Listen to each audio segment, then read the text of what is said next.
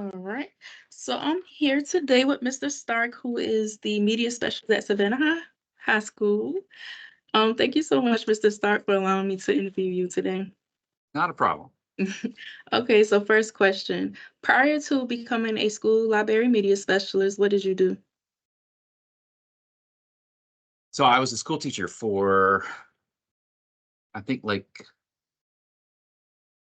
16 years, I think. Mhm. So I taught a multitude of uh, different subjects, but I started off with technology education, which is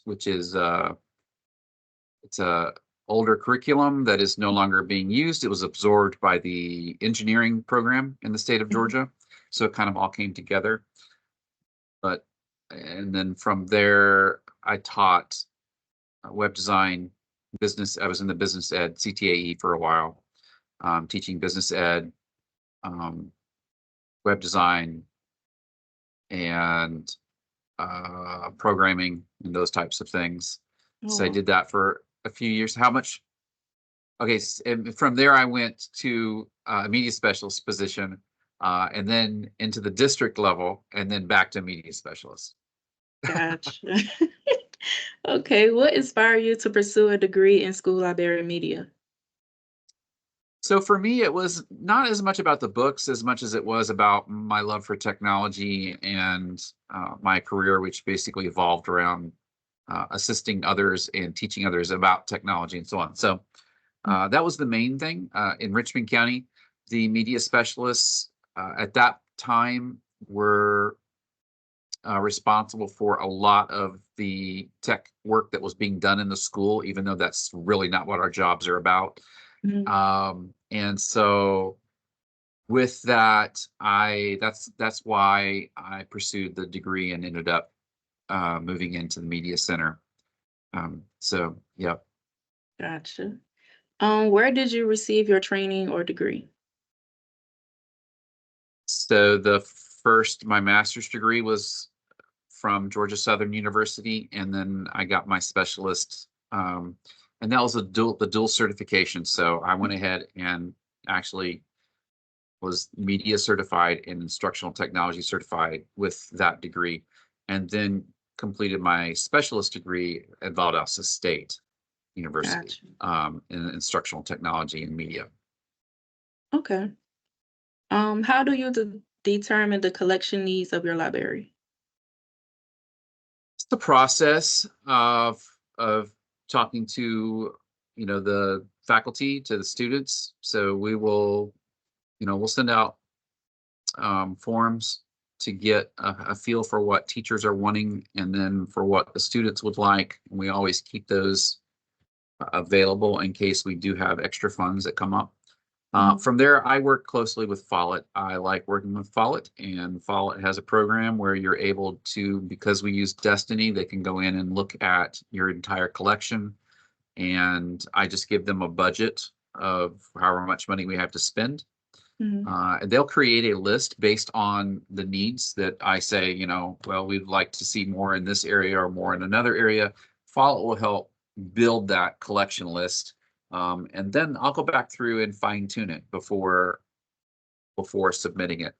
And then that would be based on fine tuning will come in. That's when I'll start looking at, well, what is the faculty, what is the student body suggested with they would like to see, and then make sure that those get in there.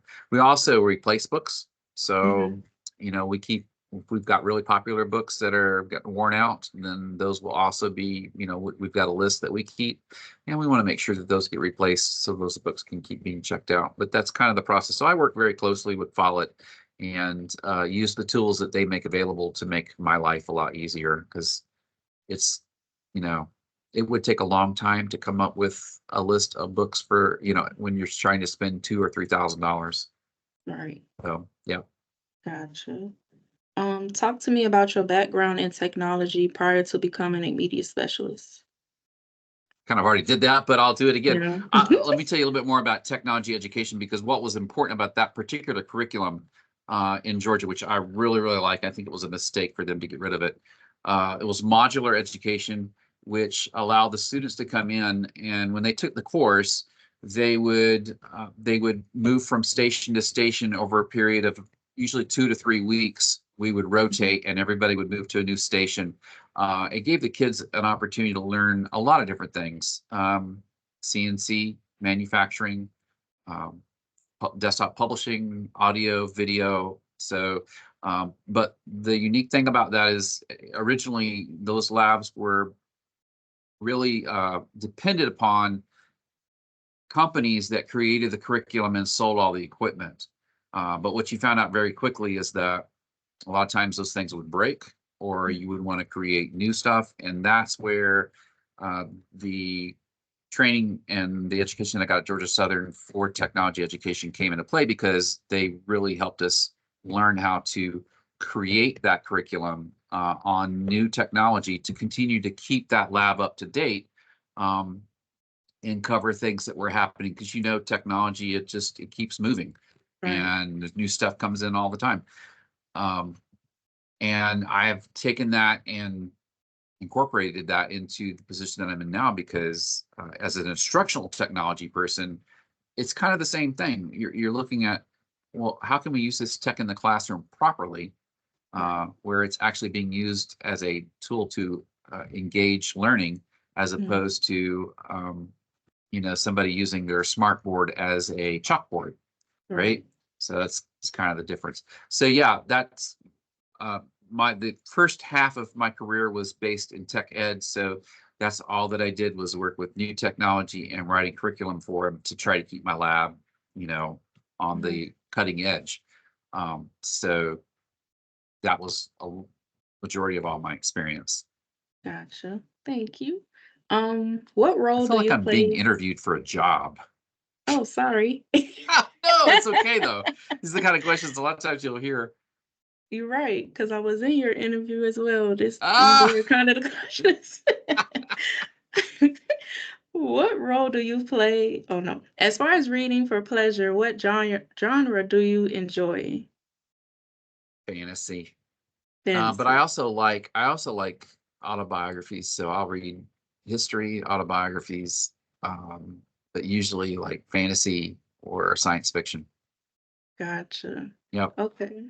How has COVID impacted the day-to-day operation of your media center? I don't think, at least the media center here, and most of my colleagues that I've talked to in the former district that I was in, and even this district, I don't know that we've ever recovered. Um,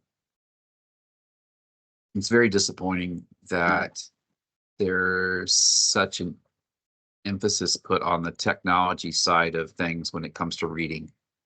And so, yeah, it's been a chore. It's been difficult to try to get the teachers to incorporate the media center into their curriculum. And so I have a monthly newsletter that I attempt to send out Mhm. every month.